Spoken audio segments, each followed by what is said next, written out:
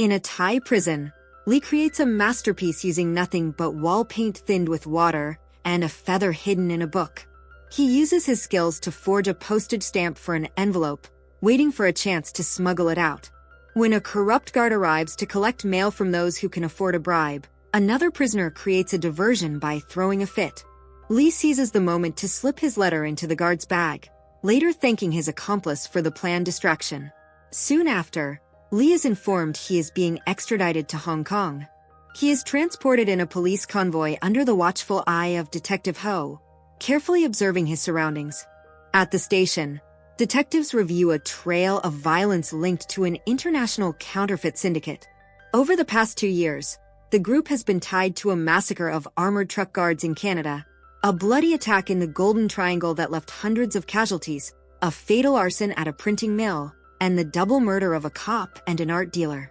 Most of the syndicate's members are dead, leaving only 2 survivors, Lee and his enigmatic boss, known only as Painter. Painter's identity remains a total mystery, with the police possessing only one blurry photograph taken in Canada. When Detective Ho presses for information, Lee breaks down in tears, terrified that speaking will get him killed. He vividly describes Painter's ruthlessness, imagining an explosion that levels the office.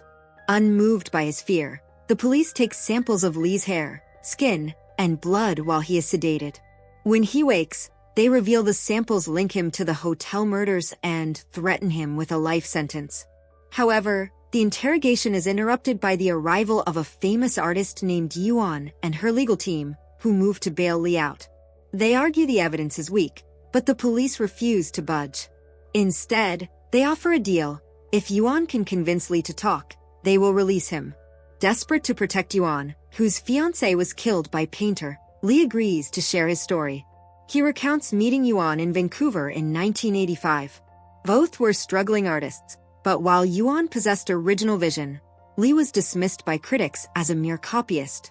To survive, Lee began forging paintings for a gallery. Though he managed to pay their bills and even secured a solo show for Yuan, she was devastated to learn he had abandoned his own talent to become a common forger. Their relationship fractured during her art show when Lee realized she had hung one of his works alongside hers. The tension peaked when a mysterious man, Painter, mocked Lee's work in front of the guests, leading Yuan to kick him out. Lee followed the man to apologize, only to discover it was a setup. Painter, whose real name is Fukwang, revealed he was a third-generation counterfeiter and wanted Lee's technical genius for his team. Though Lee initially refused, the heartbreak of Yuan moving to the US eventually drove him to join Fukwang's crew in Thailand.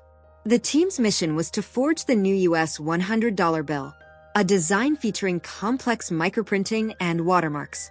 Working in an abandoned workshop, Lee perfected the watermark by layering paper like a traditional Chinese painting. The crew sourced an industrial printer from Eastern Europe and smuggled starch-free paper to bypass counterfeit detector pens. As the operation grew, so did the violence. During a heist to steal specialized color-shifting ink from an armored car, Lee watched in horror as Fukwang executed several guards. Disgusted, Lee vowed to leave once he perfected a synthetic version of the ink so they would no longer need to steal it. To keep him loyal, Fukwang promised Lee a resort where he could retire with Yuan. Their business eventually led them to the compound of a powerful Thai warlord known as the General. As they negotiated a deal, Fukwang handed Lee a detonator, telling him to wait for a signal. Surrounded by the general's private army, Lee watched as civilians were executed. Realizing that his partnership with Painter had led him into a world of no return, Fukwang reveals his true motive for meeting the general: revenge for the Russians who murdered his father. He exposes a vest of explosives and demands Lee drop the detonator. Chaos erupts as a car bomb detonates, sparking a massive shootout. Fukwang and his team, supported by heavy artillery from their sniper shum, lay waste to the compound. During the carnage, Lee risks his life to save the counterfeit expert, Sa Ching, from a burning building.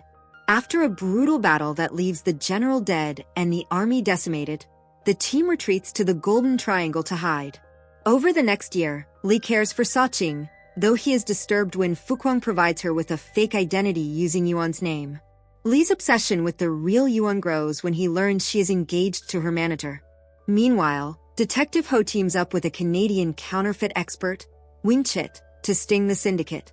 They track the group through Yam's antique shop, eventually leading to a tense meeting on a boat. Suspicion tears the syndicate apart. Suspecting a mole, Fukwang executes Yam and later attempts to force Lee to prove his loyalty by killing the captured Wing Chit. When Lee hesitates, Fukwang shoots the detective himself. The cruelty peaks when Fukwang reveals he has kidnapped the real Yuan and her fiancé. He demands Lee kill the manager, but Lee finally turns his gun on Fukwang, shooting him multiple times. In the ensuing firefight, the team is wiped out, and Lee flees to a resort with Sa Ching. Back in the interrogation room, Lee finishes his story and provides sketches of Fukwang and Sa Ching. Detective Ho, moved by his cooperation, grants him bail. However, the truth begins to unravel at the police station. Ho spots the man Lee identified as Fukwang entering the building, only to discover he is a regular police officer. The realization hits. Fukwang never existed. Lee is the real painter. He fabricated the entire narrative, using the face of a random cop he saw during his extradition to create a fictional villain. The woman who bailed him out wasn't the famous artist Yuan, but Sa Ching. Following the fire at the general's compound, Lee had paid for plastic surgery to make Sa Ching look exactly like his obsession Yuan. It was Lee who orchestrated the kidnappings and the murders, and it was Sa Ching who helped him escape. As Lee and Sa Ching flee Hong Kong by boat, the weight of the deception becomes too much. Realizing Lee will only ever love her as a replacement for another woman, Sa Ching reveals she has contacted the police. As authorities surround them, she detonates a bomb on the boat, killing them both. Later, Detective Ho visits the real Yuan to inform her that her fiancé's killer is dead. She shows Yuan a photo of Lee, expecting a story of a tragic romance. Instead, Yuan reveals a chilling truth. She barely knew him. Lee was nothing more than a creepy, obsessed neighbor who had hallucinated a relationship with her, fueled by a life spent forging not just money, but reality itself. And this is the end of the story. If you like the video, subscribe my YouTube channel MJ Recaps. Your one subscribe is a lot of motivation for me to make any more videos like this. Thanks for watching. Meet you in the next video.